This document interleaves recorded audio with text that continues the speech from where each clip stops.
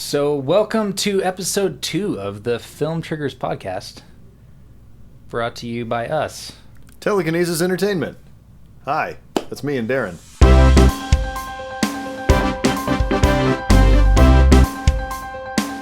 I'm Alan Seawright. I direct things. I'm Darren, and I produce things. Smith is my last name. We're doing first and last. It's so formal. Good start. It feels like it shouldn't be that formal. But how will people find us on Twitter if we don't say our last names? Because they'll just be like, Darren. Also, Darren only has one R in his name. It's like dare, the word, dare, with an N on it. Yeah. Instead of Darren. Darren. Hey, what are we talking about today? Hey! So today we're going to do a little tech talk. We're going to talk about a new camera that's kind of cool in some ways, the Blackmagic Ursa. People have been talking about it a lot. Yeah. It was announced at NAB in 2014, and Blackmagic started shipping it finally about 9 years after that. Or 9 months, 10 months after that. Blackmagic really sucks at shipping things on time that are cameras. Yeah. But when they do ship things, they're usually pretty cool. Yeah, and so we're going to talk about the technical side of it, but we'll also talk about why you might or might not want to use it as a director or a producer. And we have some fun stories to tell. We do have some fun stories to tell. Okay, sorry, that was the sound of today's sponsor for the show, Dr. Pepper. Dr. Pepper. It isn't good for you, but it's delicious. And it gives you the jitters. Is that their official slogan right now? Is that what they're running with in 2015? I don't know. Did they bring back Be a Pepper? Was that a thing at one point? Be a Pepper was a thing in the 70s. Be a Pepper. Yeah. That's a terrible ad campaign. It's pretty stupid. The commercials are hilarious. You should look them up. We will do that the Be later. a Pepper commercials. When we're not awesome. recording a podcast. Recording a podcast. Hold on, let me Google that. All right. Okay, so back to the Blackmagic Ursa. So don't lean too far forward because the microphone won't pick you up. Oh, I'm out of the zone. Well, listen. Whoa, look at that. We can cut that out. Mark, edit that. Okay, so on to the Blackmagic Ursa. If you're watching the video podcast, we're gonna put up a picture or maybe 3 pictures of it right now because it's huge. It's large. Are we doing tech specs first? Yeah, let's do tech specs. Are you going to do all those from memory? That's pretty impressive. Yeah, I can do most of them from memory. Do it. All right. So, Blackmagic Ursa is a Super 35 sensor, APS-C, for those of you stills people out there. But what are you doing talking about things in stills? We make movies. And this is a video camera. This is a video camera. So there. Ooh. Dr. Pepper. Jeez. Man, how do you even, there's no explicit box that you can mark on iTunes for excessive burping for just in this disgusting. podcast. Explicit /D for disgusting. Jeez. Anyway. I'm not editing out that burp. Good. Don't. I'm going to bleep out your expletives. Good. But not burps. Good. Sorry, folks. That's fine. No more burping. All right. Super 35. It's a Super 35 sensor. It shoots not actual 4K. It shoots quad HD, so 3840 by 2160. It doesn't do the 4096, which is a little frustrating because it'd be nice if it did the cinema size, but it doesn't. Why does that matter? Cinema? The super quad HD versus full 4K. So full 4K, if you're going to shoot in 4K, you might as well get it's actually 17 by 9 instead of 16 by 9. It's a little bit wider because that matches Academy delivery specs for if you're doing a 4K output for movie theaters. Ah. So if you're shooting a movie and you think it might ever go to theaters, you want the 4096 by 2160. Otherwise, Quad HD is a whole lot of pixels, and no one's going to care because no one can see it anyway, even though Interesting. I guess a bunch of people are streaming Quad HD now, or streaming 4K, but nobody watches it yet. Anyway, I learned something today. Someday they will, and I will eat my words, and they'll be delicious. Okay, what other cool tech spec things does this camera have? It shoots, it'll record RAW. It will shoot to ProRes. What's the bit depth of that RAW? It's 12-bit. It's RAW. Ooh, it's full 12-bit. Yeah. Yeah. So 444 RAW. It'll shoot ProRes 422, every flavor of it, I think. I don't think it records. It might. You know what? I don't know. I think it actually does record ProRes 4x4, Ooh. which is essentially as good as RAW, almost, but a little bit compressed. But it does all the 422 flavors, which is great. It shoots. It'll shoot 1080 at 60 frames a second. I think they just did an update where it'll shoot 4K at higher frame rates as well. And the reason the box is so damn huge is because it takes a lot of processing power to do all of those different things, and it takes a lot of cooling to keep that processing power from turning your camera into a small thermonuclear device. Because processing equals heat. Yep, Things get hot when they process things. they do. So how many fans are in this camera? Just one big one, or is it like 18 little mini? I don't know. I literally never heard any fan noise when we were using it, and there were times when I got right up close to it. Yeah, you were operating it at one point, and Yeah. I didn't hear. So, like when you use a Red Epic, for instance, the fans will shut off when you are rolling the camera, and then as soon as you stop, the fans will kick on to cool the camera off. and you can hear it from it's loud. across the set. Yeah, it is They are loud. Yeah. And there's that camera has a lot of pluses and everything, but that fan noise is pretty bad. I never heard a single bit of fan noise on the Ursa, which Well, is there we pretty go. Point for Ursa. Point for Ursa. So the other thing that everybody notices about this camera is, so it's 4K. It records all these flavors of ProRes, which is awesome. And it has screens for days. Massive screens. It's just screens everywhere. You want a screen somewhere? Ah, yeah, they got one. Don't worry. It has a screen big enough to tip the camera over. It's a full. Okay, so it has a flip out. Like your standard video camera has a little flip out monitor screen on it, except this one's 10 inches and it's full HD. Yeah, it's huge and beautiful looking. It's a gorgeous really screen. pretty. It's fantastic. We were shooting a music video on this. We'll get to this later, but I was not filming it. I was not even like on set. I was off, like tucked in a corner recording the sound, and I could see the screen. You were like 45 feet away. And I could see the image. Yeah. That was impressive. It's big and it's bright and it's very pretty. If you're shooting 1080p, it's 1:1, like you see literally exactly what you're recording. Yeah, And it's very nice.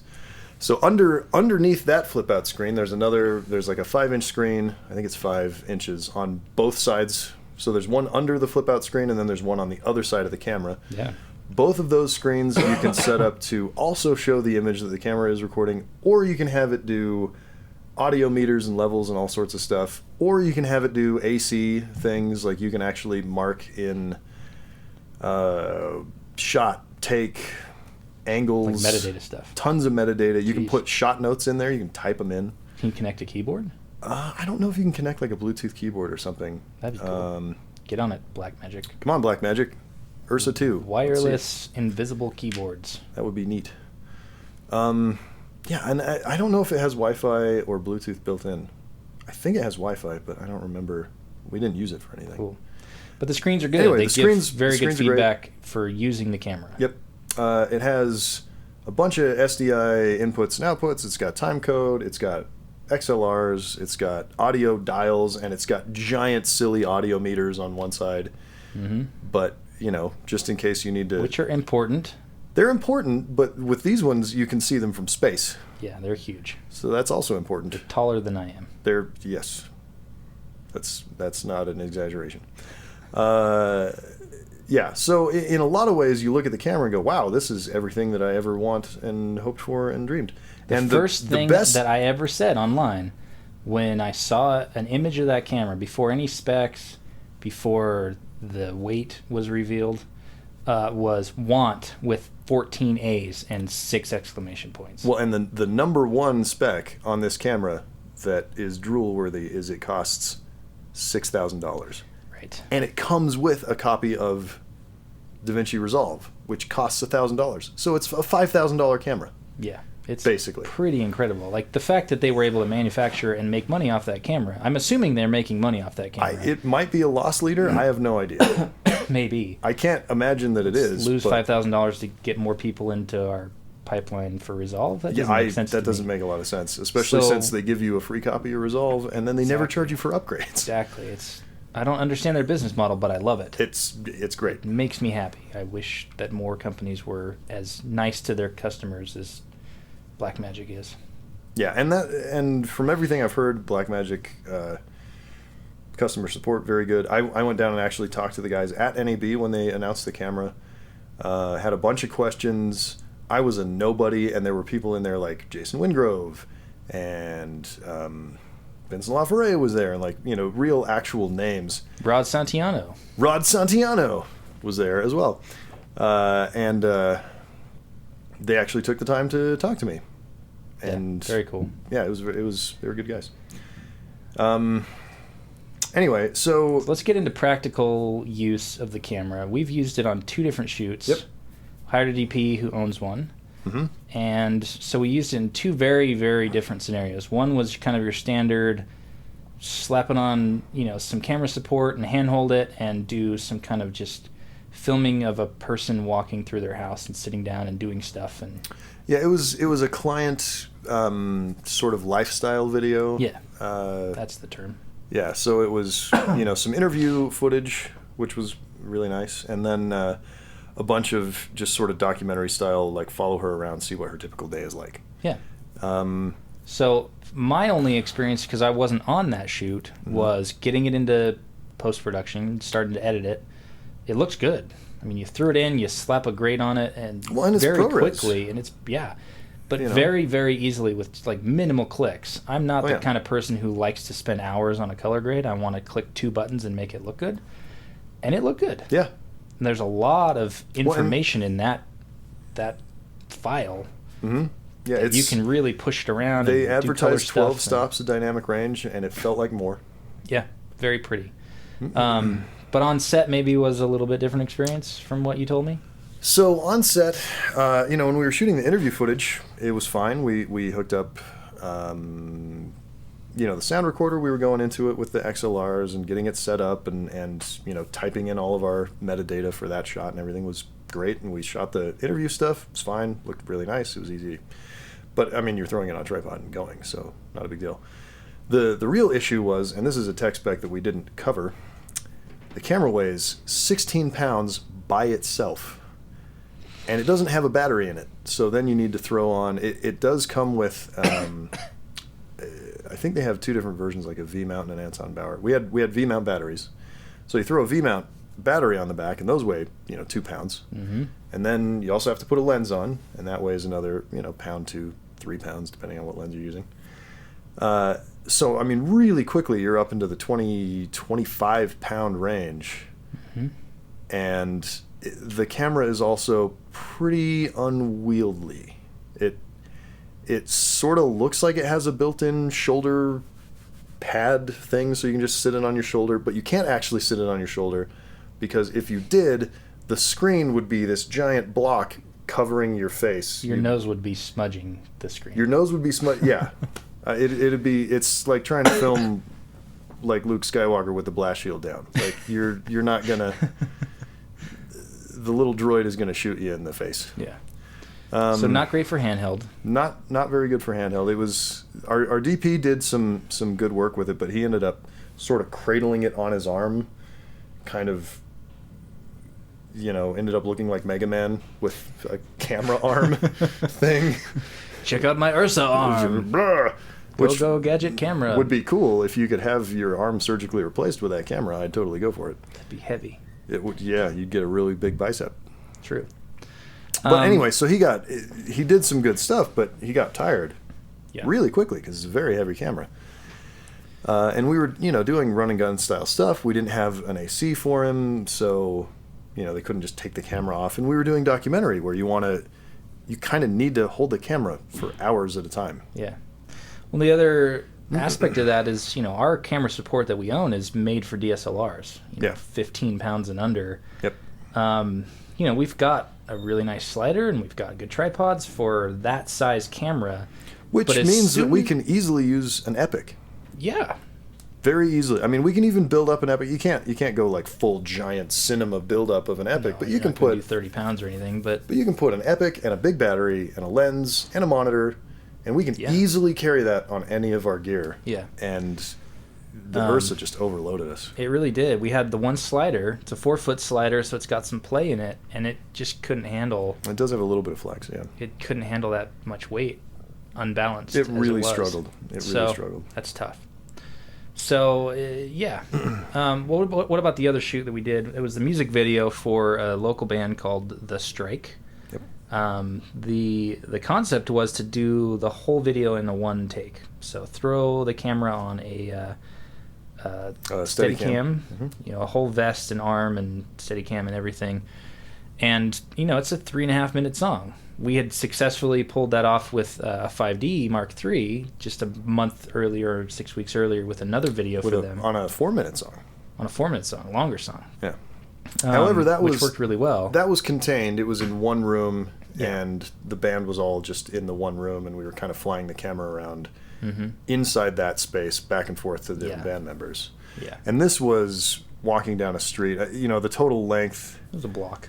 Yeah, it was a good. We probably traveled 500 or 600 feet total. Yeah, So Which- it was a stroll. yeah, but it wasn't a difficult walk. It was a straight line. There wasn't really any choreography. It was a relatively straightforward. So thing. what happens when you throw a 25-pound camera package on a Steadicam? Well, what happens is you get really, really tired Mm-hmm. because it's a heavy, heavy camera. I mean, at that point, when you have a 25-pound camera on a Steadicam, and we had the same DP. He's the one who bought the camera because he prefers. He has a Steadicam Flyer, I believe, sort of the mid-range one. And he likes to have, on a Steadicam, theoretically, you want to have a fair amount of weight because that smooths everything out. There's more inertia. Everything gets it takes some of the float out of things and makes it a little more Yeah. solid. Heavy is steady, as they say. Heavy is steady. So he bought the Ursa camera specifically for that, but he had only gotten the camera 3 days, 4 days, not long before the shoot, Within a week. within a week, and he hadn't had time to sort of adjust to it, and so he got tired after 2 takes, Mm-hmm. and I ended up having to strap on the Steadicam and go, and I did 3 takes, and I was bushed Yeah. at the end of it. Like It didn't look easy. no, it was with the sled, the counterweights, the arm, and the camera all told, all up. It was And a wireless follow focus. and a wireless follow and focus on batteries, there and like, yeah. batteries and stuff. It was all up. It was about 65 pounds, It's insane. and that carrying around 65 pounds, especially when you're sort of not used to that weight, because he'd been using 5Ds and Right. DSLR size cameras, and so you need a lot less counterweight. The counterweights can be up higher. This was another issue we had, is the sled.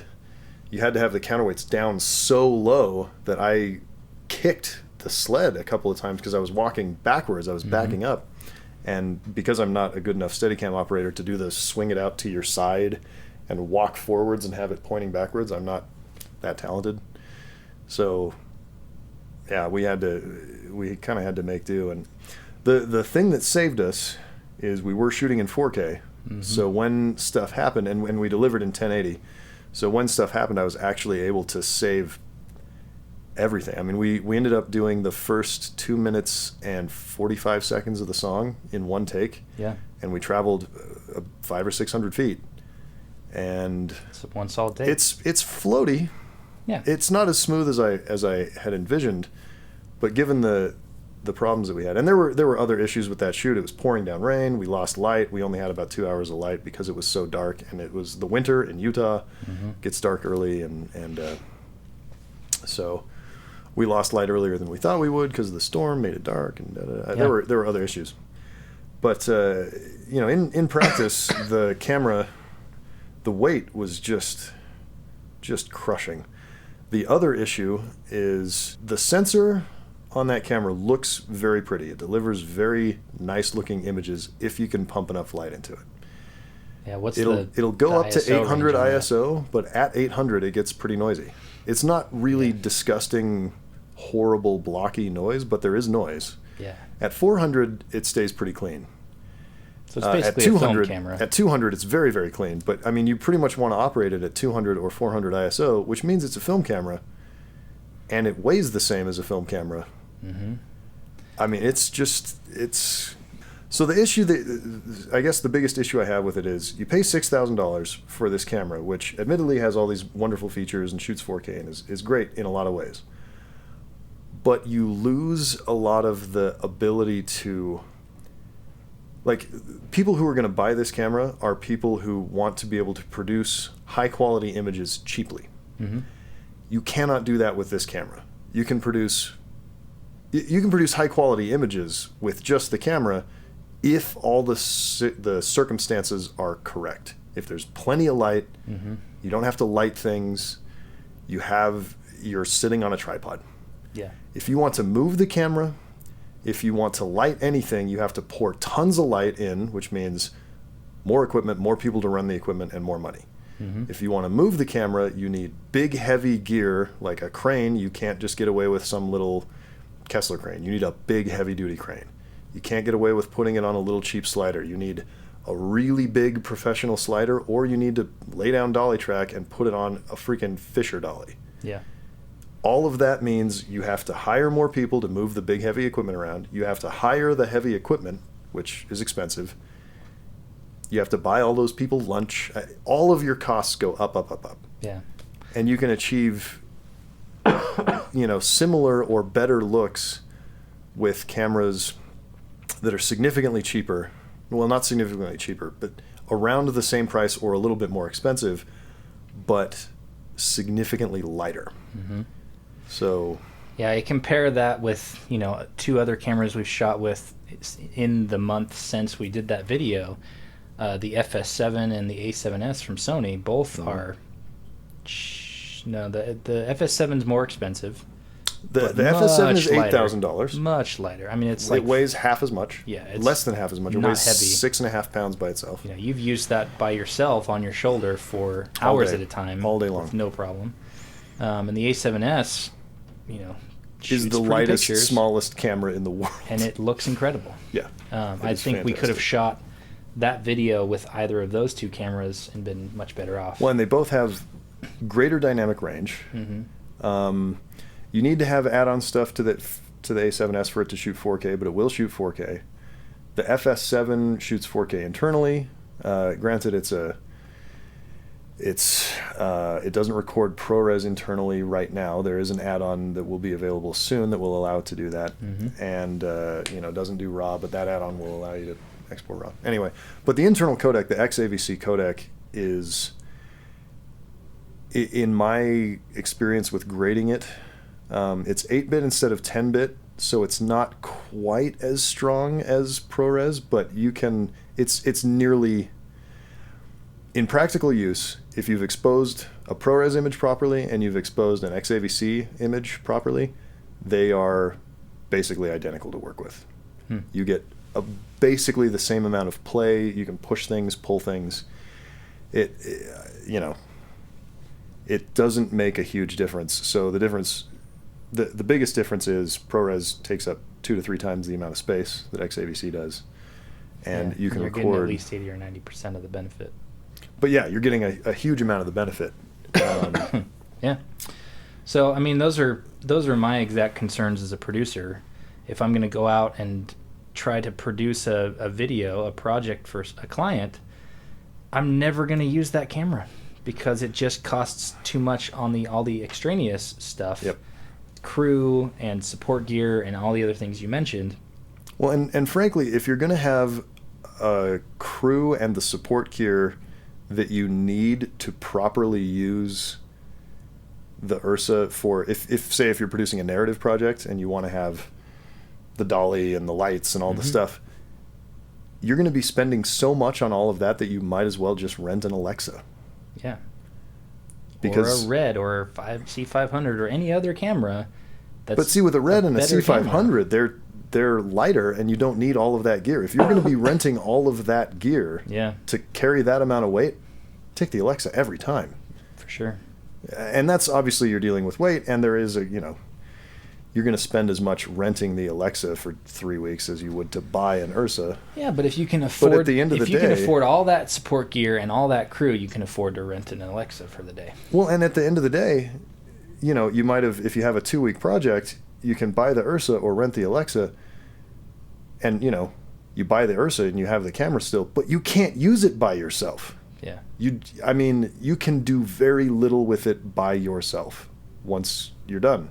Yeah. It necessitates a crew, always. So are there creative reasons for using the Ursa or not using the Ursa? We talked about the financial reasons. So, yeah, okay, so those are the financial reasons. Creatively, I mean, the image is very pretty, and you do get 4K, which is great.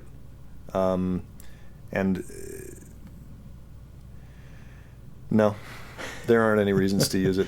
I would much rather shoot on a Red. The Alexa looks better. The Red looks at least as good, if not better. And you know, the Red has a much more flexible and easy to work with codec. The R3D codec is whatever secret sauce Red has in that thing is magic, and I want to find the elves that made it. Well, here's my other question: is Blackmagic also makes another 4K cinema camera? Yeah, that's cheaper, $3,000, and lighter. Way lighter. It's about the weight of a 5D Mark III. Yeah, approximately. It's, I think, a little heavier. Is it heavier? I thought it might actually be Is lighter. it lighter? I don't know. It's weirder shaped. Like the shape is a little Yeah, odd, but it's but still it's very small. got a big screen. It's very light. It has a big screen on it. You can attach, you know, if you need a viewfinder, you can attach one. So why do you need an Ursa is my question. So the Ursa, the theory there is they're going to have replacement sensor modules. So you'll be able to buy the giant brick, which is the worst part of it, and keep that forever. And then you'll be able to plug different sensors into it when they have new sensors. And that's good that you'll be able to upgrade those, but we don't know what the upgrade price is going to be, and you're still going to be stuck with a 900-pound Buffalo that you can't operate on your own. that you can't use by yourself. Well, So now that being said, if the Ursa stays the same size but suddenly has a sensor that gives you 14 or 15 stops of dynamic range and sees, you know, is noise free at 5,000 ISO, that becomes a player for sure. and it's still $6,000, well, then you're in the exact same territory as Red and anybody else, and you know, you're still not going to operate it with a one-man crew, but at least you're competing with Alexa, Red Epic, you know, Right. the high-end C500, which, does anyone even use C500s? I don't The Canon? know. But at the rate that Blackmagic iterates, you know, we could see that in a year or two. They will announce it next NAB, and we'll be actually able to buy it in 2018. There you go. Well, hopefully that helps if you've been considering the Blackmagic Ursa camera as a purchase. If you're a single operator DP, we would advise against it. Buy an FS7. Yeah. That being said, if you have a lot of studio-based stuff, it's a very cheap camera and you get great quality stuff out of it. If you're going to be living on a tripod or on some kind of studio dolly setup, great camera. Really, really nice. Yeah.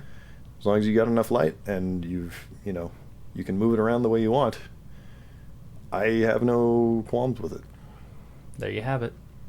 The definitive review of the Blackmagic All of Ursa these camera. opinions, trademark and copyright, these two dudes who might not know what we're talking about. Yeah.